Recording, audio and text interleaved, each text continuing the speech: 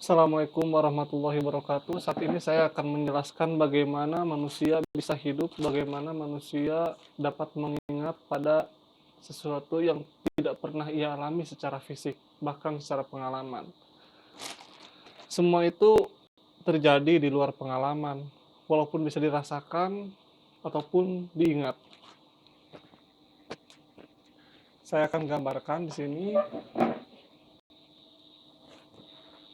Di sini kita hidup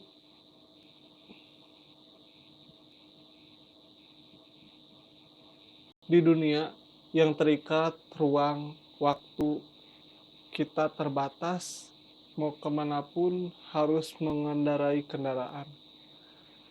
Ada namanya barzakh. Di sini, di barzakh ini manusia tidak terikat dengan ruang dan waktu. Tidak ada ruang, tidak ada waktu. Barzakh ini sering disebut sebagai misal. Di alam barzakh atau di alam misal, manusia mengalami secara sadar, namun tidak terbatas. Artinya mereka, manusia, bisa mengalami alam misal ini ketika sedang di alam mimpi. Alam mimpi yang ada artinya itu alam misal. Contohnya saat kita mengalami pengalaman yang luar biasa dan itu pun tidak bisa dilupakan dan di dalamnya terdapat simbol-simbol. Itulah yang terdapat di alam misal. Kalaulah sebuah mimpi itu gampang dilupakan, memang itu bunga tidur dan itu adalah bunga-bunga pengalaman-pengalaman kita yang tidak terwujud. Jadilah mimpi.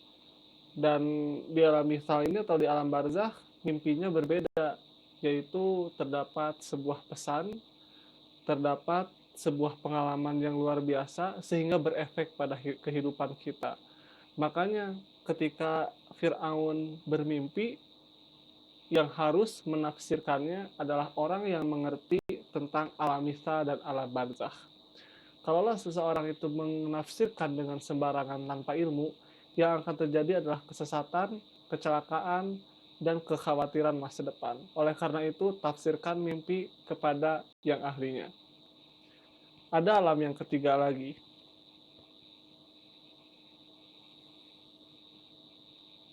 Akal. Akal.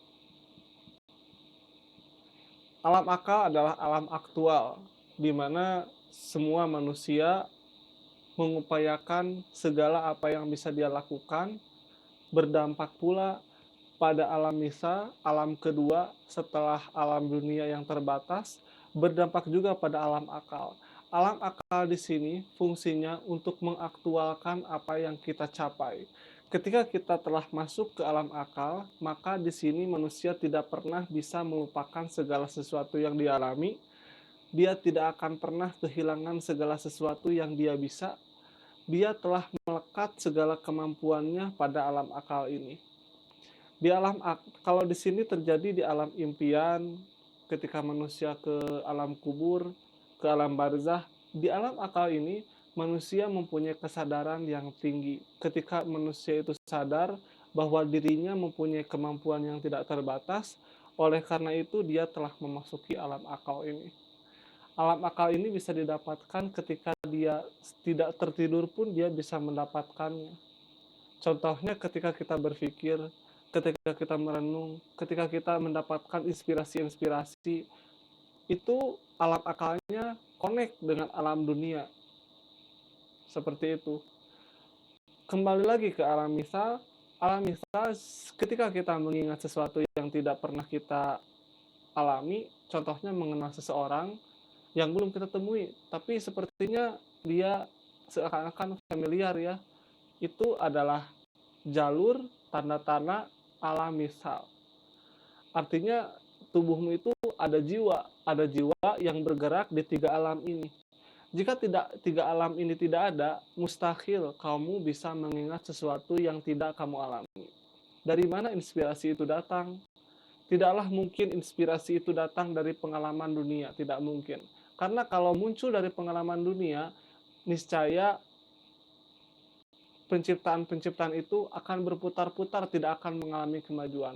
Kemajuan itu didapatkan dari alam akal, alam yang abadi, alam yang sempurna, di mana segala sesuatu tidak usah untuk diupayakan, datang dengan sendirinya ketika kita berusaha untuk menyempurnakan diri kita. Maka, di manakah kita akan bergerak?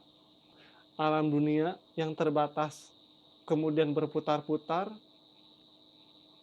sebagaimanapun berusaha kita, kita akan merasa bosan, atau alam barzakh, kita hanya menikmati segala sesuatu yang sifatnya misal, simbol-simbol, perlu diterjemahkan ulang, perlu dikaji ulang, dan masih menjadi misteri.